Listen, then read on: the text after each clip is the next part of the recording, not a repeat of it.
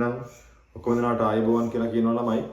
එහෙනම් අද අපේ 8 වසර ළමයි 9ට අවිල්ලා 9 වසර පළවෙනි විද්‍යා පන්තිය තමයි මේ කරගෙන යන්නේ. ඒතකොට ඒක ඇතුලේ පුතේ අපි බලනවා අද 9 වසර පළවෙනි වාරයට දරන පාඩම් මොනවද?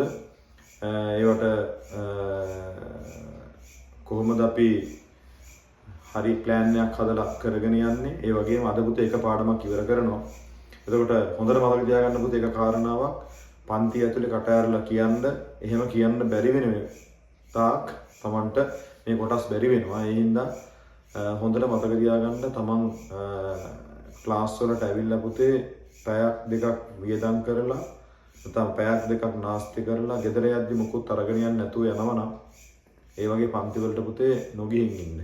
නේද? අපේ වුණත් ඒක කාටත් පොදුයි. ඒ හින්දා පුතේ හොඳට මතක තියාගන්න ඉගෙන ගන්න තැනකට නැත්නම් ඉගෙන ගන්න කොටස ඇතුලේ තමන් හරියට උපරිමයක් ඉගෙන ගන්න. ඒ වගේම ආසයි දෙන තැනකට ක්ලාස් එකකට යන්න. මොකද පුතේ නැත්තම් ඒ විෂය එපා වුණොත් ඒක තේරුම් නැති වුණොත් එහෙම යන්න පුතේ 11 වසර එක්සෑම් එකට එද්දී ඔයාලට විද්‍යාව කියන විෂය එපා වෙනවා. ඒ හින්දා පුතේ හොඳට මතක තියාගන්න මේ කාරණා. ඒ හින්දා හරියට පටන් ගන්න තැන ඉඳලා අවසාන වෙනකම්ම හරියට බලන්න, හරියට පාඩම් කරගන්න, කට ඇරලා උච්චාරණය කරලා කියන්න. එතකොට ඒ ටික ඇති පුතේ මේකේ අපිට අවශ්‍ය කරන කාරණාවන් ටික ඔලුවට දාගත්තොත් විභාග ලියන්න අපිට ලේසි වෙනවා. වැඩි කාලයක් ගත කරන්නේ නැතුවම අපිට ඉක්මනට මේ පාඩම් මතක තියාගන්න පුළුවන්. එතකොට පුතේ අපි යනවා අද මේ 9 වසර කොටස ඇතුලේ පුතේ මොනවද අපිට තියෙන පාඩම් කියලා ගත්තොත් එහෙනම් පුතේ අපිට සාමාන්‍යයෙන් ගත්තොත් එහෙනම් මේක ඇතුලේ අපි ගිහුවා පාඩම් 5ක ප්‍රමාණයක් තියෙනවා කියන පුතේ. එහෙනම් මොකද්ද මොනවද මේ පාඩම් කියලා ගත්තොත් එහෙනම් අපි දන්නවා පුතේ පළවෙනි පාඩම කොහොමද අපිට තියෙනවා මොකද පුතේ පළවෙනි පාඩම සුද්ධ ජීවීන්. සුද්ධ ජීවීන්ගේ වාක්‍ය. මම පාඩම් වල සම්පූර්ණ නම් ලියන්නේ නැහැ. ඒ සුද්ධ ජීවීන් සම්බන්ධතාවය ඉතින් කොහොමද අපි අටවසත් කියලා ගන්න ඕනේ. හරි. ඊට මේක පුතේ ඊළඟට තමයි පුතේ අංක 2 ඇස කන. එතකොට පළවෙනි පාඩම සුද්ධ ජීවීන්ගේ භාවිත අංක 2 පුතේ ඇස සහ කන. අංක 3 වෙන්නේ පුතේ පදාර්ථයේ ගුණ.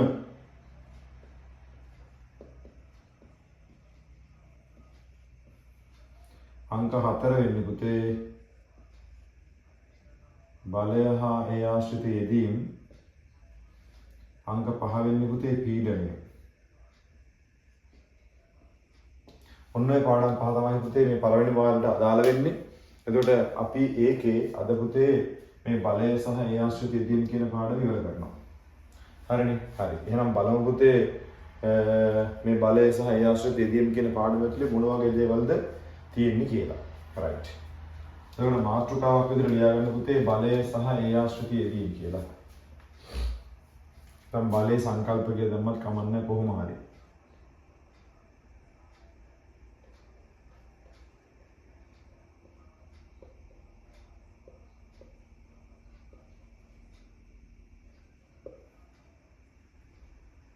right. හරිනේ පුතේ. එහෙනම් හොඳට අහගෙන ඉන්න.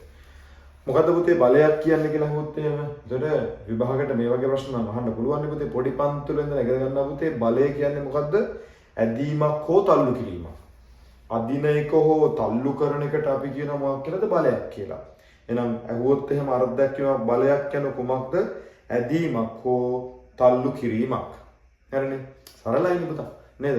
අදින එක හෝ තල්ලු කරන එක බලයක් ලෙස අර්ථ දක්වනවා. අහුවොත් විභාගයතුලේ බලයක් කියන්නේ කුමක්ද? බලයක් කියනෝ ඇදීමක් හෝ තල්ලු කිරීමක්. එතකොට මේ බලය කියන සංකල්පය සම්බන්ධව මුලින්ම අපි කියනවා පරීක්ෂණ පැවැත්වුවේ. අපි නැත්තම් කියනවා මුලින්ම හොයා බැලුවේ කවුද? ඒ තමයි sir Isaac Newton. Sir Isaac Newton.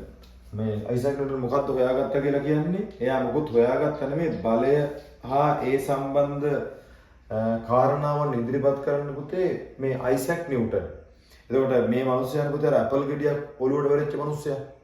මතක ඇති. ඇපල් ගෙඩියක් ඔලුවට වැරෙච්ච තමයි අයිසැක් නිව්ටන් කියලා කියන්නේ. එතකොට මතක තියාගන්න බලය ආශ්‍රිත සම්බන්ධද නැත්නම් බලය ආශ්‍රිත සොයා බැලීම් කරේ කවුද?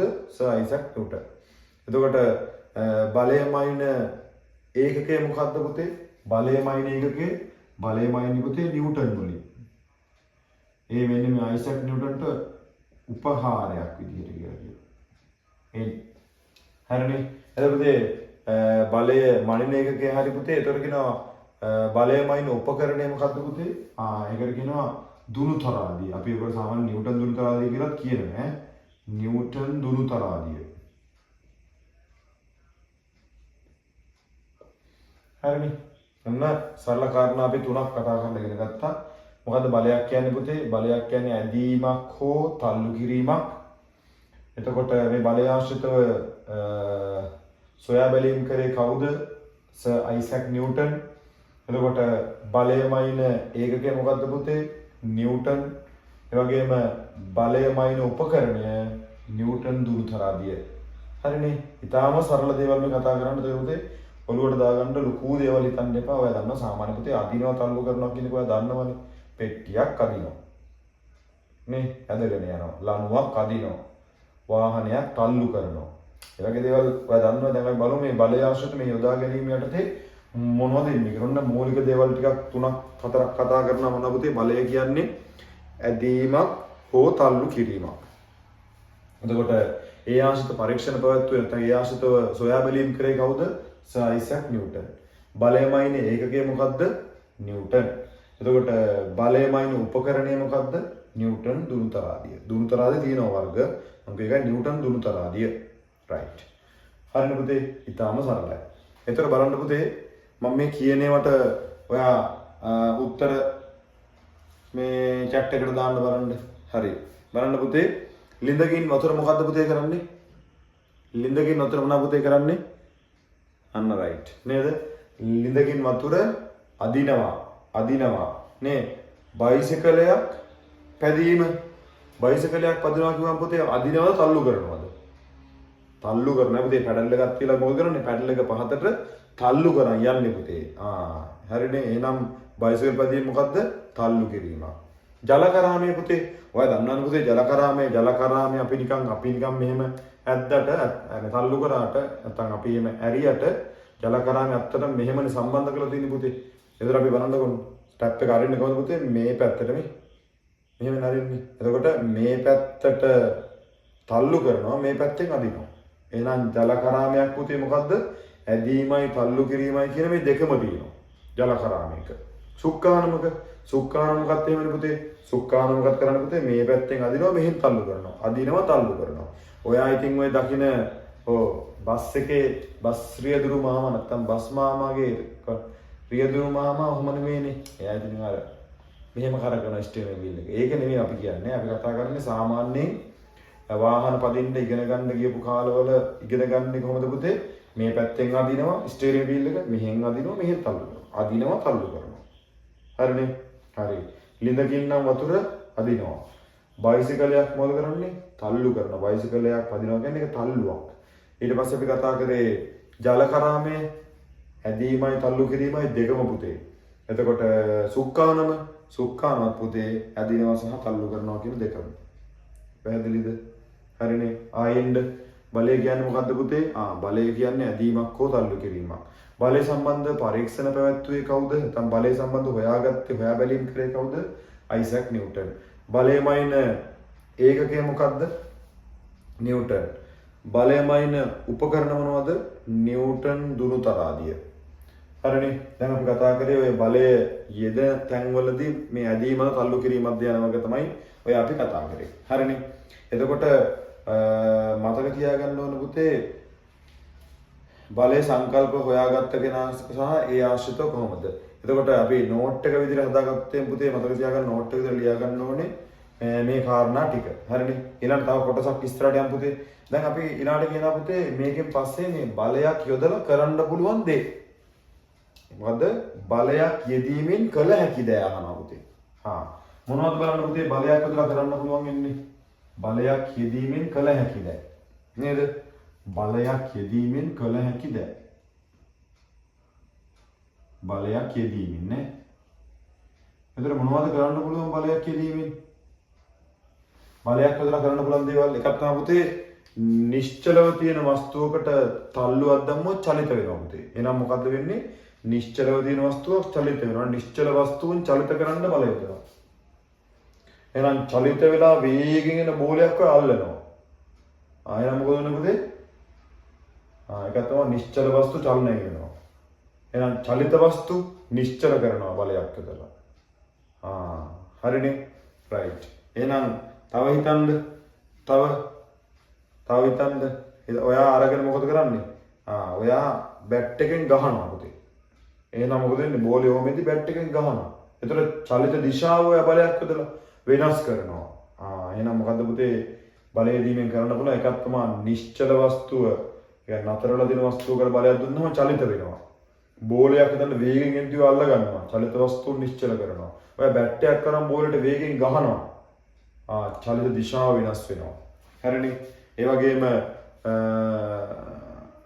ඔයා මේ ඇවිදගෙන තව කෙනෙක් හිතන්නකො මෙහෙම ඉස්සරහට ඔන්න ඔයාගේ යාළුවා ඇවිදගෙන යනවා. ඔයා ඇවිදගෙන යද්දි මොකද කරන්නේ පුතේ? ඔයා පිටිපස්සෙන් ගිහලා හයියෙන් තල්ලු දානවා හරියට. නේ හිතන්න මතක් කරගන්න ඒ වගේ සුන්දර මතක තියෙනවනේ ඔයාලට. නේද? එහෙනම් මොකද වෙන්නේ පුතේ? තල්ලු කරපු ගමන් යාළුවා ඉස්සරහ පැත්තට ඩොග් ගාලා වැටෙනවා. ඇයි හේතුව තමයි පුතේ එහෙනම් වේග කියන්නේ අපි කියන සාමාන්‍ය ගත්තොත් එහෙම වේග වෙනස් කරන්න පුළුවන්. ඒ අවිදන් යන එකනම තල්ලු කරපුවාම වේග වෙනස් වෙලා බලයක් යොදලා. නේ? බලයක් යෙදීමෙන් එන මොකද කරන්න පුළුවන්? වේග වෙනස් කරන්නත් පුළුවන්. ඒ වගේම හිතන්නකො බෝලයක වගේ එකක බැට් එකෙන් ගහද්දි මොකද වෙන්නේ? බැට් එකෙන් ගහද්දි බෝලේ හරියට රවුම්ව තියනවද? නෑ නේද පුතේ? බෝලේ ගිහින් බැට් එකේ වදිද්දි මොකද වෙන්නේ? හැඩය වෙනස් වෙනවා. හැඩය වෙනස් වෙනවා. එහෙනම් හැඩය වෙනස් කරන්නත් පුළුවන්. ඒ වගේම තමයි පුතේ අවසාන එක්කන භ්‍රමණය කරන්නත් පුළුවන්. එහෙනම් මොකද පුතේ කරන්න පුළුවන් දේවල්? බලයක් යෙදීමෙන් කළ හැකි දෑ. 1 නිශ්චල වස්තුන් චලිත කරනවා. 2 චලිත වස්තුන් නිශ්චල කරනවා. 3 චලිත දිශාව වෙනස් කරනවා.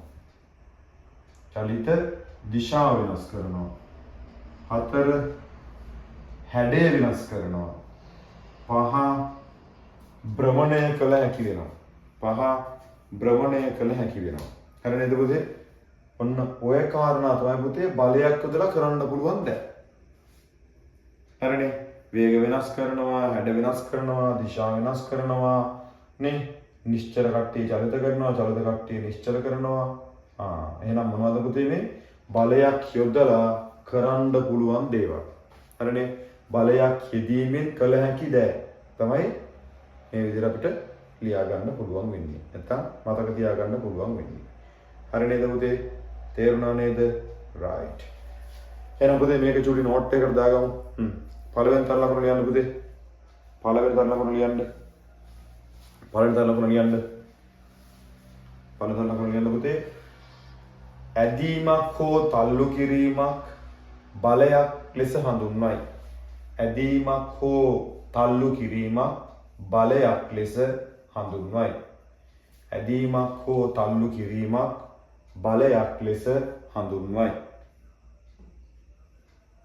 ඇදීමක් හෝ තල්ලු කිරීමක් බලයක් ලෙස හඳුන්වයි. දෙවෙනි තර ලකුණ පුතේ. දෙවෙනි තර ලකුණ. ඒකට දෙන්න පුතේ සර් අයිසැක් නිව්ටන්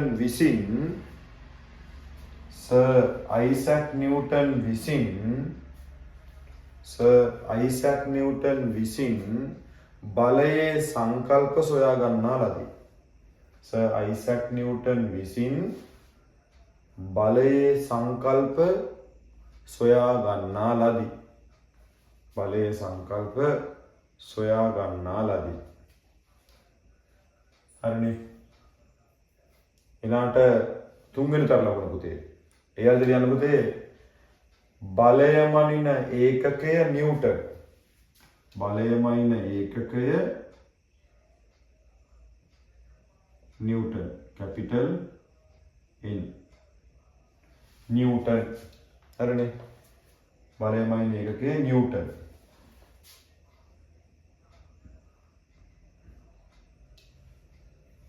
හරි. ඊළඟතර ලකුණ. ඊළඟ පුතේ බලය මනින උපකරණය නිව්ටන් තරාදිය. බලය මනින උපකරණය නිව්ටන් තරාදිය. නිව්ටන් දුර තරාදිය කිව්වත් වැරද්දක් නැහැ. හරිනේ. බලය මනින උපකරණය නිව්ටන් තරාදිය. හරිනේ පුතේ. ඔන්න ඔය අපි කතා කරේ මූලිකම දේවල් ටික. පටන් ගද්දිම බලයක මොන වගේ දේවල්ද වෙන්න පුළුවන් කියලා. right. දැන් මම දේවල් කීපයක් කියන පුතේ ඒක ඉස්සරහෙන් ඔයා ලියන්න ඇදීමද තල්ලු කිරීමක්ද කියලා. ලියන පුතේ මෙහෙම ප්‍රශ්නයක් විදියට පහත සඳහන්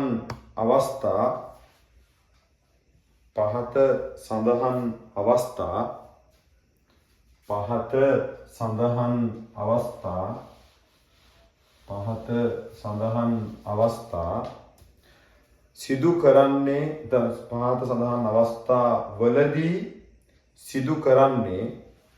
පහත සඳහන් අවස්ථාවලදී සිදු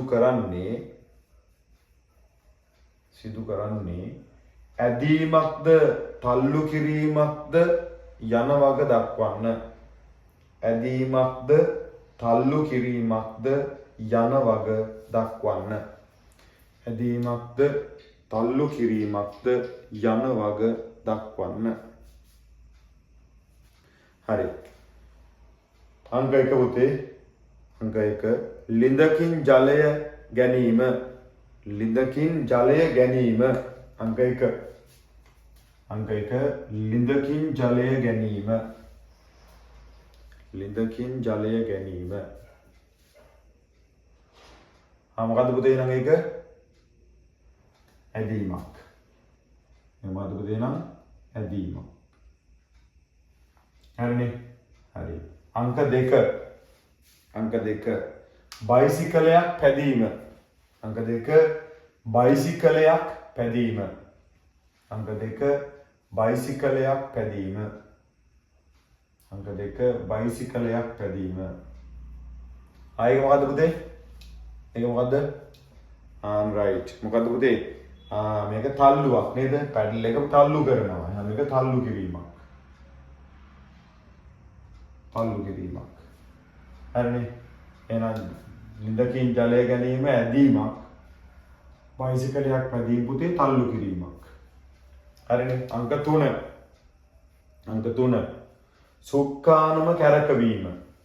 අංක 3 සුක්කානම කැරකවීම. අංක 3 සුක්කානම කැරකවීම. සුක්කානම කැරකවීම. ඒක මොකද්ද පුතේ?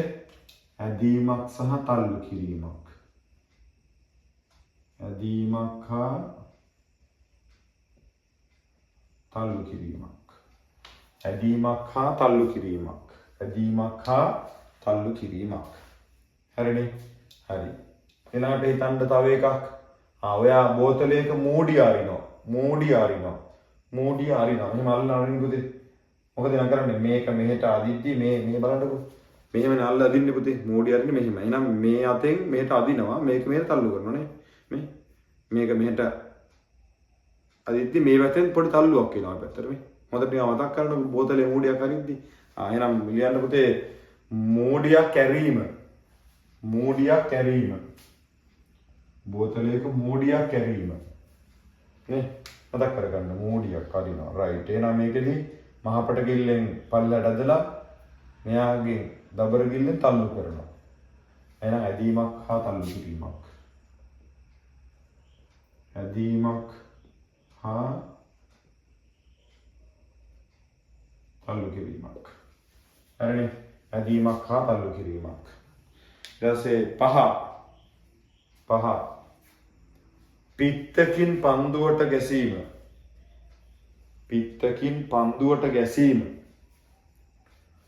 පිත්තකින් පන්දුවට ගැසීම. මොකද්ද පුතේ? ඒක නම දන්නවා තල්ලුවක්. නේද? ඒක මොකද්ද? තල්ලු කිරීමක්. right. එහෙනම් ඔන්න හරිනේ පුතේ. ඔන්න පහත අපි ඔය කියපු ආකාර අවස්ථාවේදී ඇදීම තල්ලු කිරීමක්ද කියන එක තමයි ඔය කිව්වේ. ලිඳකින් ජලය අදිනවා. බයිසිකලයක් පදිනවා කියන්නේ තල්ලු කරනවා. සුක්කානම අදිනවා තල්ලු කරනවා. මූඩියක් අදිනවා තල්ලු කරනවා.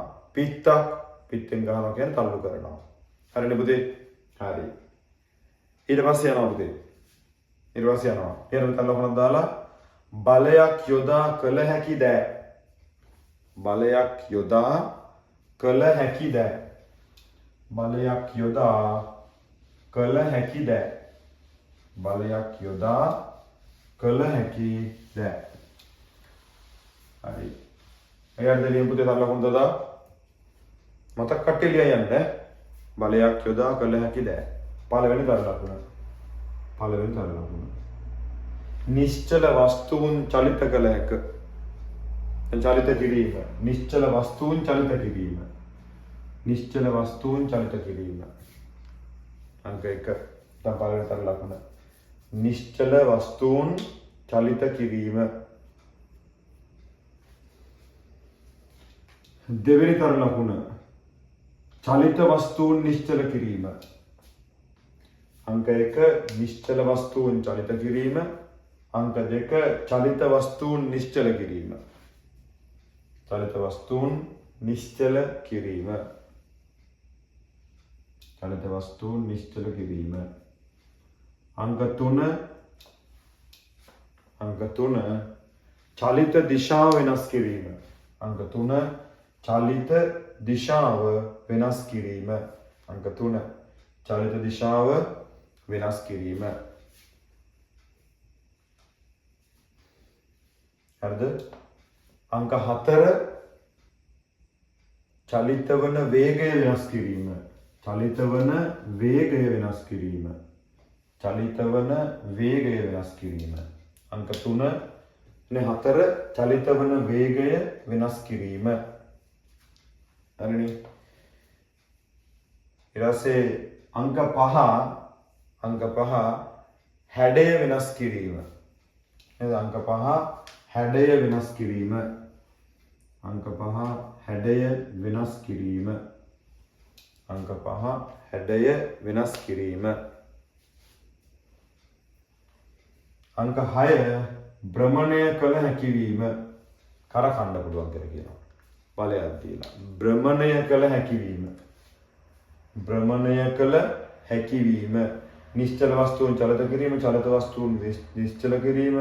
චලිත වන වේග වෙනස් කරනවා. චලිත වන දිශාව වෙනස් කරනවා. ඊට පස්සේ කතා කරපු විදිහට හැඩ වෙනස් කරනවා. අවසානයේ මොකද්ද? භ්‍රමණය වෙනස් කරන්න පුළුවන්.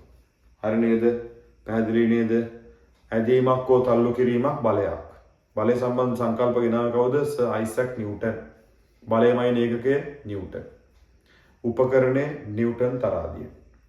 හරිනේ? බලයක් යෙදීමෙන් කරන්න පුළුවන් දේවල්. නිශ්චල වස්තුන් චලිත කරනවා පුතේ. චලිත වස්තුන් නිශ්චල කරනවා. චලිත දිශා වෙනස් කරනවා. චලිත වන වේගය වෙනස් කරනවා. ඒ වගේම හැඩය වෙනස් කරන්න පුළුවන්. ඒ වගේම භ්‍රමණය කරන්න පුළුවන්. ඔන්න ඒ කාරණා තමයි පුතේ සාමාන්‍යයෙන් බලයක් යොදා කළ හැකි දෑ. හරිනේ? බලයක් යොදලා කරන්න පුළුවන් දේවල්. පැහැදිලිනේ? right. ඊට පස්සේ පුතේ අපි ඊළඟට කතා කරන්න බලන්නේ පුතේ බලයක රූපික නිරූපණය. මොකද්ද? බලයක රූපික නිරූපණය කොහොමද කියලා. බලයක රූපික නිරූපණය ඒක කොහොමද? ඒක ඊටාම සරලයි. මේ බලන්නකෝ.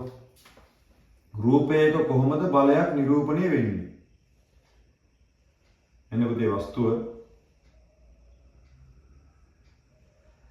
මොනවද දිනනවා?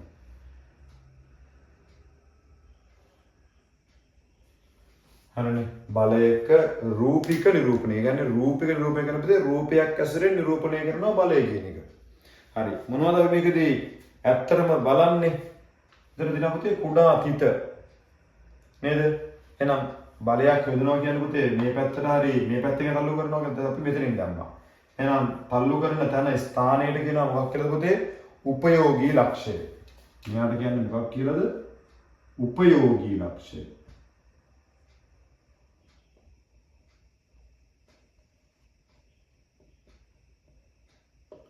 හරිනේ? එහෙනම් තිතෙන් කියන්නේ මොකද්ද පුතේ? උපයෝගී ලක්ෂය. රේඛාවෙන් කියන්නේ රේඛාවෙන් කියන්නේ බලයේ විශාලත්වය. මේ රේඛාවේ දිගින් කියන්නේ බලයේ විශාලත්වය.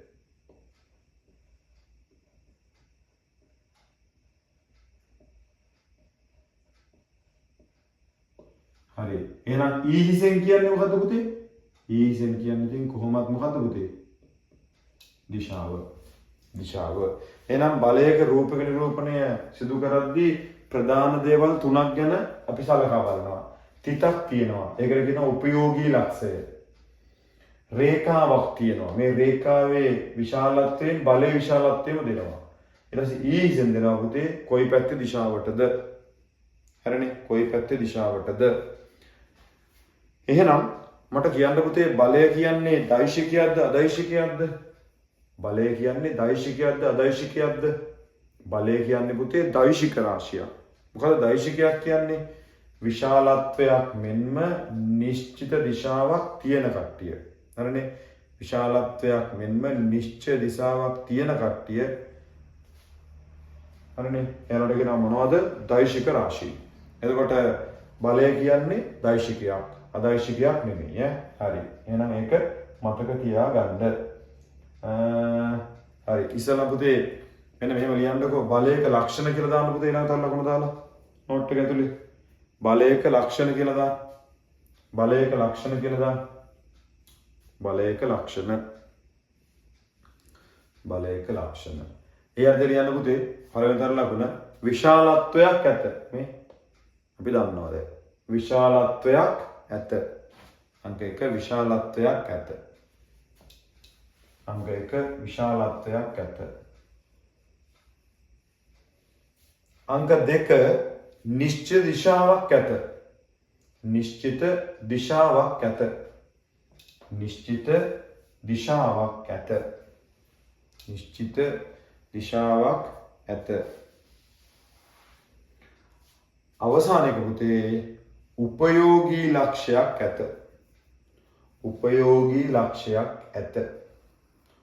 උපයෝගී ලක්ෂයක් ඇත.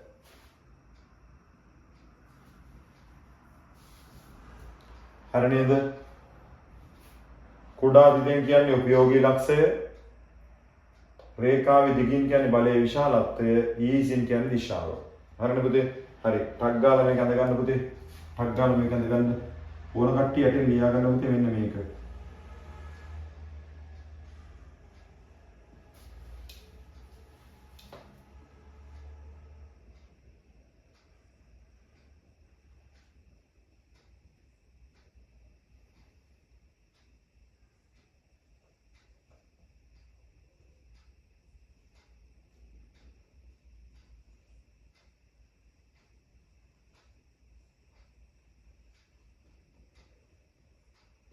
හරි ඉක්මනට ගන්න පුතේ.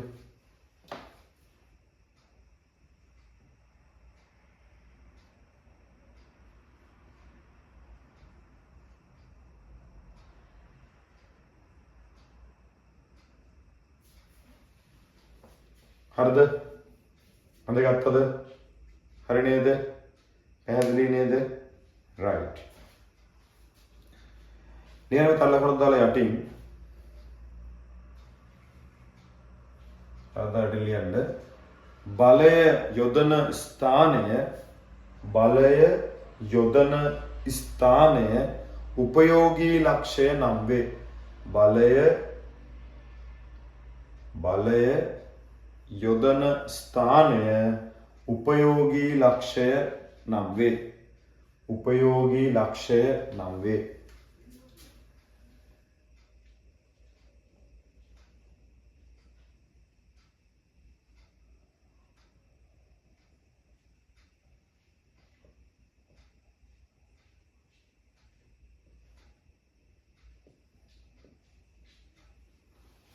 හරිනේ. අර අපි අඳපු මෙන්න මේ වස්තුවට උඩින් දාගන්න පුතේ බලයක රූපික නිරූපණය. රූපාකාරයෙන් කොහොමද නිරූපණය කරන්නේ? බලයක රූපික නිරූපණය කියලා දාගන්න ඕක. ඒක උඩින් දාගන්න. බලයක රූපික නිරූපණය. හරිනේ. බලයක් කොහොමද රූපාකාරයෙන් නිරූපණය කරන්නේ? මේ ලක්ෂණ ටික අන්තර්ගත වෙනවා තේරුම් ගන්න ඕනේ. මේ තියෙන්නේ බලය ක්‍රියා කරන තැන. මේ තියෙන බලයේ විශාලත්වය, මේ තියෙන දිශාව. එහෙම නැන්න වෙන මොකුත් ඕක ඇතුලේ නැහැ. එතකොට ඔයාලට මෙහෙම දත්ත ටිකක් දුන්නොත් එහෙම හොයාගන්න පුළුවන් වෙන්න ඕනේ මේ කියන දේවල්. හරිනේ? හරි. කීප එක පැහැදිලි ඇති. right. ඊළඟ ලකුණු දාන්න පුතේ. ඊළඟ ලකුණු දාන්න රතු පැන ලිව්වත් කමක් නැහැ. ඊයර්ද ලියන්න පුතේ. ඊයර්ද ලියන්න බලය දෛශිකයකි. බලය දෛශිකයක් යන්නේ.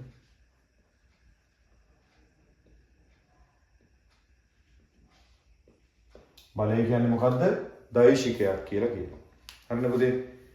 වරහන් විතර ලියා ගන්න පුතේ. දෛශිකයක් කියන එකේ තේරුම විශාලත්වයක් මෙන්ම නිශ්චිත දිශාවක් ඇති. දෛශික කියන දේ ලියන්න පුතේ. විශාලත්වයක් මෙන්ම නිශ්චිත දිශාවක් ඇති. විශාලත්වයක් මෙන්ම නිශ්චිත දිශාවක් ඇති රාශි වේ. රාශිය විශාලත්වයක් මෙන්ම නිශ්චිත දිශාවක් ඇති රාශි වේ. හරිනේ පුතේ. එහෙනම් ඔන්න රූපක නිරූපණයක් කිව්වා. දැන් අපි කතා කරේ මොකද්ද? මේක දෛශික සහ දෛශික සම්බන්ධව මේ කියන්න ගත්තේ. අපි ඒක පොඩ්ඩක් තව දුරටත් අපි ඒක බේරගමු මෙන්න මෙහෙම පුතේ. හරිද? අපිට දන්නා පුතේ සාමාන්‍යයෙන් ගත්තොත් එහෙම ඔය විද්‍යා කොටස් තව ඉස්සරහට යද්දි හම්බෙලා පුතේ රාශි කියලා එකක්. රාශි. ප්‍රධාන වශයෙන් හම්බෙලා පුතේ රාශි. ආකාර දෙකයි පුතේ රාශි නම්. මොකද රාශි ආකාර දෙක දැනටත් ඔය එකක් දන්නවා. මොකද පුතේ එක දෛශික රාශි. දිශාවක් මෙන්ම විශාලත්වයක් වෙන දිශාවක් සහිත වර්ග මොනවද? දෛශික රාශි. එහෙනම් මේක මොකද්ද පුතේ? අදෛශික නැත්නම් අදිශ රාශි.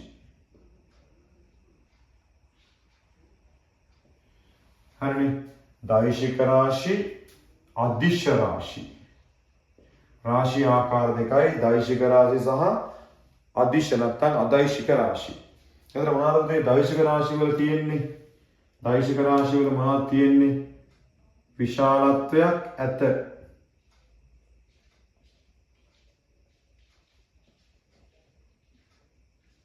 විශාලත්වයක් ඇත. අනිත් එක නිශ්චිත දිශාවක් ඇත.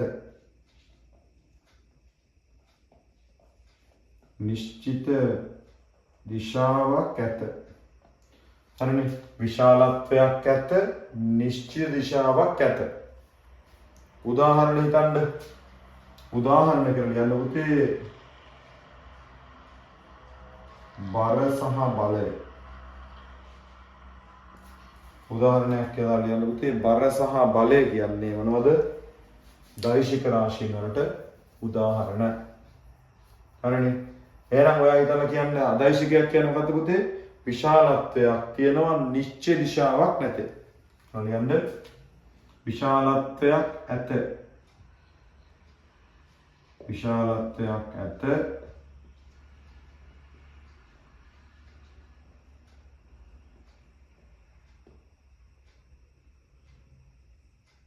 නිශ්චිත දිශාවක්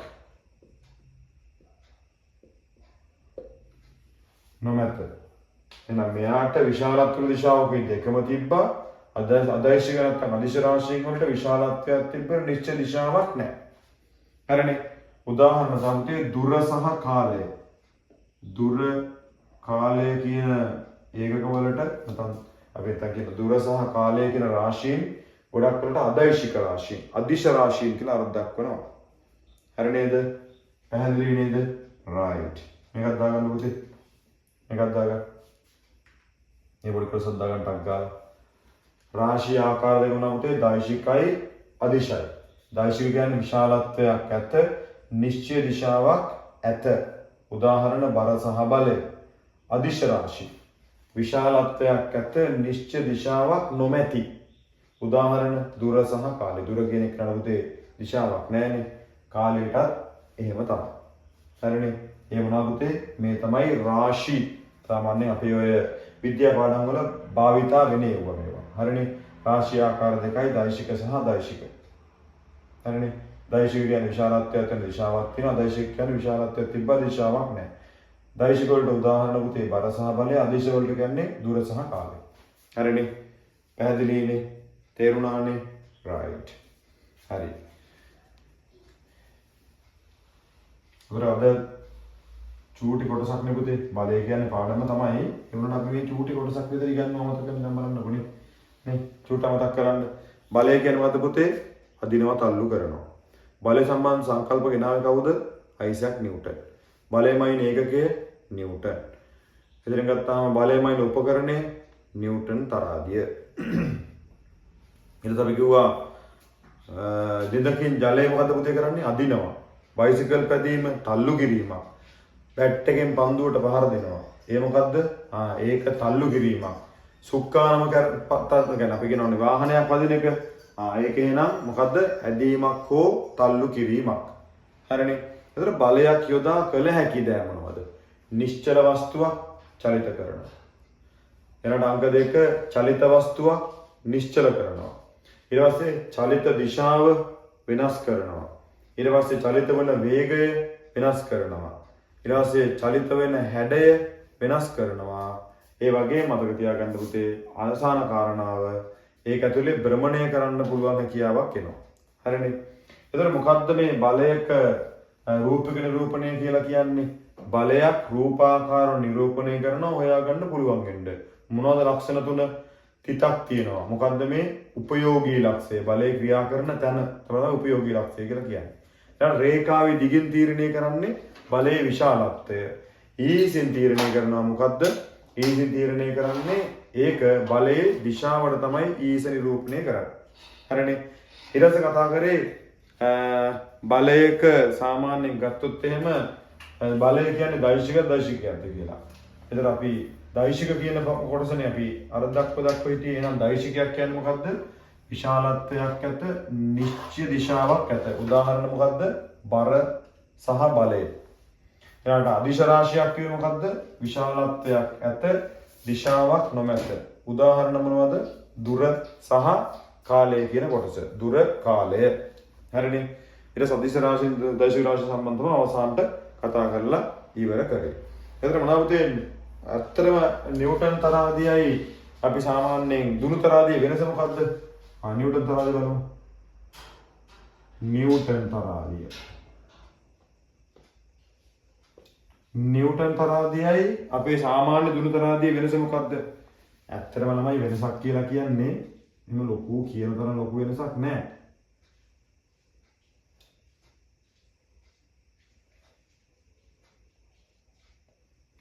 ඔන්න ඕමනේ තියෙන්නේ පුතේ. යටින් කොක්කක් වගේ එල්ලෙනවා. දැන් මේක මොකද්ද කරලා තින්නේ? වෙනස තියෙන්නේ පුතේ මෙතන නිව්ටන් කියලා ගහලා.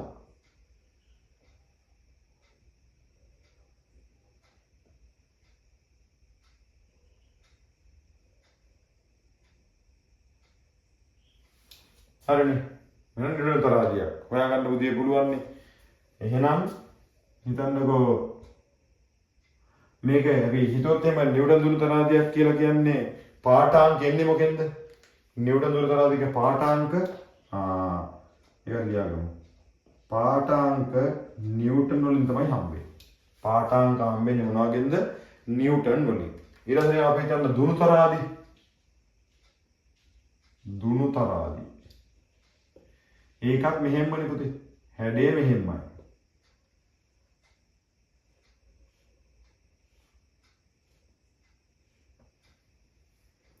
මේක මොනවා පුතේ මැරෙන්නේ? මේක ගහලා දිනවා ග්‍රෑම් හෝ කිලෝග්‍රෑම්. මේක මෙන්න මේ ස්කේල් එකක් තියෙනවා.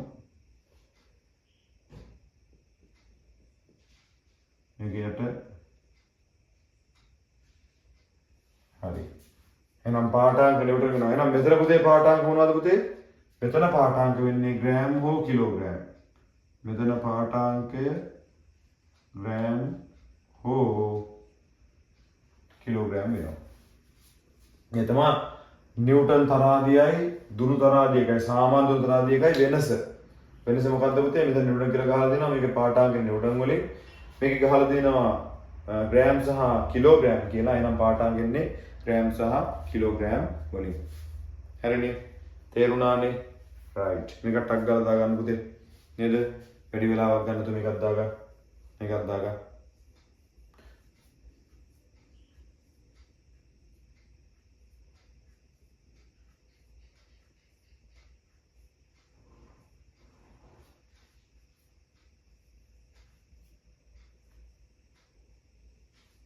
හරි නේද? හරිනේ. අපි ගොඩක් කට්ටිය ඉතින් අපි කරගෙන යද්දි අඳිනවනේ. සමහර කට්ටිය පාඩම් කරන්න තු අඳිනවා. අඳින එක තමයි ප්‍රමුඛ ස්ථානේ දීලා කරන්නේ. නේ? ප්‍රමුඛ ස්ථානේ වෙන්නේ නැහැ කල්පනාවෙන් ඈ. හරිනේ. හරි. හරි ඊළඟ බලන්න පුතේ. නිකන් තව එක චූටි කොටසක්. මේක චුට්ටක් බලන්න. මෙන්න මෙහෙම. මෙන්න මෙහෙම බලන්න පුතේ. අපි සාමාන්‍යයෙන් ගත්තොත් එහෙම පුතේ අපි හිතන්න මෙන්න මෙහෙම තියෙන වස්තුවක්.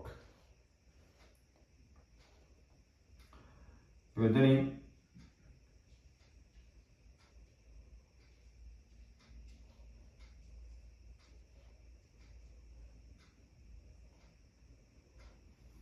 හරි අපි අහන ප්‍රශ්න තමයි පුතේ නිකන් ප්‍රශ්නයක් නෙමෙයි මේ කට්ටිය මතක තියාගන්න බලයක් යොදද්දි පුතේ මෙයාලා එකම රේඛාවක කියන්නේ අපි බලය යොදද්දි එකම රේඛාවක යොදන්න ඕනේ දැන් මෙහෙම පෙට්ටියක් හදන්න පුතේ මෙහෙම තියෙන පෙට්ටියක් අපි මෙහෙමනේ අදින්නේ නේ අපි පෙට්ටියේ උඩට ගැට ගහලා යනවා මෙහෙම අදින්නේ නැහැ නේ යටට ගැට ගහලා මෙහෙම අදින්නේ නැහැ නේ අදින්නේ මොකද්ද පුතේ එකම රේඛාවක පිහින්න පරිදි ඒකත් අර ලොකනක් දාලා ලියන්න පුතේ බලය යෙදීම එකම රේඛාවක සිදු කරයි. බලය යෙදීම බලය යෙදීම එකම රේඛාවක සිදු කරයි. හරිනේ බලය යෙදීම එකම රේඛාවක සිදු කරයි. බලය යෙදීම එකම රේඛාවක සිදු කරයි. හරිනේ පැහැදිලිනේ right එහෙනම් උදාහරණ අපි එක ගානක් හදමු පුතේ නැත්නම් උදාහරණ ගණන් දෙකක් විතර බලමු. බලන්න පුතේ පළවෙනි උදාහරණ ගාන මේ බලන්න. ඔන්න මම ඔයාලට දෙනවා පුතේ උදාහරණ ගානක්. අපිට කියනවා මෙන්න මෙහෙම. කොහොමද? අපි මෙහෙම හිතන්නකෝ. ඔයාලට මෙන්න මෙහෙම ගානක් දීලා කියනවා පුතේ. ඔන්න ඕක දීලා. හරිද? මේකේ අමතරව දෙනවා පුතේ සාමාන්‍යයෙන් CI නිව්ටන් කියලා. හරිද? මේක අපිට කියනවා ඉහත අවස්ථාව රූපිකව නිරූපණය කරන්න.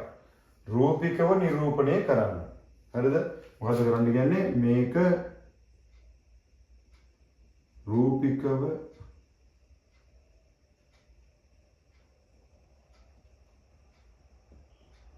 නිරූපණය කරන්න. මොකද්ද මේ රූපික නිරූපණය කරනවා කියන එකේ අර අපි කලින් යන්නේ අන්න ඒ වගේ. දැන් මෙතන මොකද්ද තියෙන්නේ? උපයෝගී ලක්ෂය තියෙනවා. විශාලත්වය තියෙනවා, දිශාව තියෙනවා. අඳින්නේ කොහොමද? අඳින්න කලින් මෙන්න මේකේ දිග ඔයා හිතන්න ඕනේ. දිග කොච්චරද ඔයා ගන්න කියලා. right.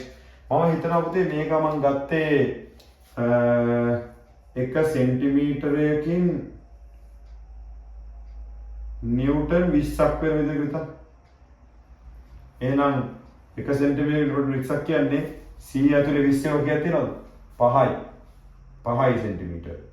හරි මොකද සෙන්ටිමීටරයකින් අපි දන්නවා නිව්ටන් 20යි. එහෙනම් මේක ඇතුලේ කොච්චරක් තියෙනවද මේකේ දුර ගන්න ඕනේ රේඛාවේ? මේ 100 බෙදෙනවා 20ෙන් උත්තර එන්නේ 5යි. හරිනේ. එහෙනම් අපි මොකද කරන්නේ? අපි කරන්නේ මේ වගේම පෙට්ටියක් ඇඳලා උපයෝගී ලක්ෂය ලකුණු කරලා පුතේ නේද? සෙන්ටිමීටර 5ක් මෙන්න මේ පැත්තටම එනවා. 5 සෙන්ටිමීටර. නනලා ඊතලයක් දානවා. එතකොට කොහොමද සර් 5 සෙන්ටිමීටර ආවේ? 5 සෙන්ටිමීටර ආවේ කොහොමද? නිව්ටන් 100ක් තමයි තියෙන්නේ පුතේ. මෙතන අපි ගත්තේ කොහොමද? සෙන්ටිමීටර නිව්ටන් 20යි. නේද? මේ 20ෙන් බෙදෙනවා. නේ? ඒක තමයි 5ක්. හරිද? එහෙනම් මතක තියාගන්න උපයෝගී ලක්ෂයක් තියෙනවා. ඊට පස්සේ රේඛාවක් තියෙනවා. ඒක කියන්නේ බලයේ විශාලත්වය. ඊසෙන් කියන්නේ මොකද්ද? දිශාව. හරි නේද? එහෙනම් මේක හරිනේ. එහෙනම් මෙන්න මේ කොටස හොඳට මතක තියාගන්න මේ තමයි බලයක රූපික නිරූපණය කොහොමද වෙන්නේ කියලා. හරිනේ. එහෙනම් පුතේ මෙන්න මෙහෙම තමයි බලයේ කොටස නැත්නම් බලයේ පාඩම ඉවර වෙන්නේ. එහෙනම් බලයේ පාඩම ඇතුලේ මොනවද උනේ කියලා ටක් ගාලා මතක් කරගන්න පුතේ. බලය කියන්නේ මොකද්ද පුතේ? අදිනවා තල්ලු කරනවා. එහෙනම් බලයේ සංකල්ප ගෙනාවේ කවුද? Isaac Newton. බලයමයි ඒකකේ මොකද්ද පුතේ? නිව්ටන්. බලයමයි උපකරණය නිව්ටන් දුරුතරාදිය. ඊට පස්සේ බලයක් යොදලා කරන්න පුළුවන් දේවල් මොකද්ද පුතේ? නිශ්චල වස්තුන් චලිත කරනවා. චලිත වස්තුන් නිශ්චල කරනවා. චලිත වස්තුන් වල වේග වෙනස් කරනවා. වස්තුන් වල දිශා වෙනස් කරනවා. භ්‍රමණය කරන්න පුළුවන් වෙනවා හැඩය වෙනස් කරනවා. හරිනේ? right. ලිඳකින් නම් අපි වතුර අදිනවා පුතේ.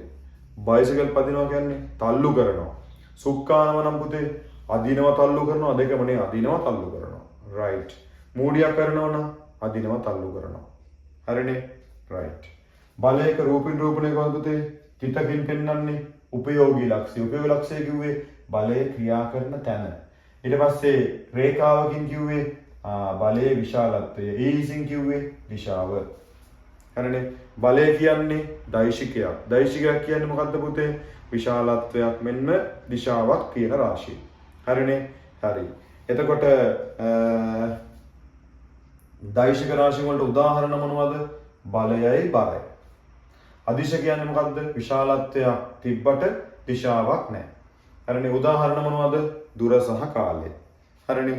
ඒතර අනෙක් මතක තියාගන්න ඕනේ අපි බලයක් යොදද්දී ඒවා එකම රේඛාවක තමයි තියෙන්න ඕනේ. එතකොට තමයි ඒක බලය හරියට යෙදෙනවා කියලා කියන්නේ. එතකොට උදාහරණයක් විදිහට මෙහෙම දුන්නාම බලයක රූපණයක් හදලා පෙන්නනවා. ඒකට අපිට පොඩි අනුපාතයක් වරුණා. අපි ඒක කරේ මොකද්ද? සෙන්ටිමීටරයක් ඇතුලෙන් අපි නිව්ටන් කොච්චරක් පෙන්වනවද කියලා බලලා ඒක සුළු කරලා උත්තරයක් අරගෙන ඒක ඇඳලා හරියට උත්තරයක් ගත්තා. හරිනේ පුතේ? පැහැදිලි ඇති නේද? තේරුණා නේද? ඒක හරියට ඔළුවට දාගන්න පුතේ ලොකු පාඩමක් නෙවෙයි පේනවනේ. ප්‍රශ්න අහන්න පුළුවන් හොඳ තැන හරියට අල්ලගත්තොත් විභාග ලකුණක් අපිට හරියට හදාගන්න පුළුවන්. හරි. ඒ හින්දා පුතේ ඒ ටික හරියට බලලා නැවත පාඩම් වල ටික බලා ගන්න නැත්නම් මේ පාඩම හරියට කරගන්න නැත්නම් මේ පාඩමේ කොටස් හරියට අපේ නෝට් එක හදාගන්න. එතකොට එහෙම බලයේ කොටස ඉවරනා පුතේ. එතකොට මේකෙන් පස්සේ අපි කතා කරමු පුතේ මේකේ පීඩනයේ කොටස. එහෙනම් පීඩනයේ කොටස අපි ඊළඟ දවසේ කතා කරමු. එහෙනම් බලයේ කොටස හරියට බලන්න නැවත නැවත ඔළුවට දාගන්න. එක දිගටම එතකොට පළවෙනි වාර පරීක්ෂණ නෙමෙයි තුන්වෙනි වාර පරීක්ෂණකම ඔළුවේ තියෙයි. right. එහෙනම් පුතේ සියලු දෙනාට ආයුබෝවන් කියලා කියනවා.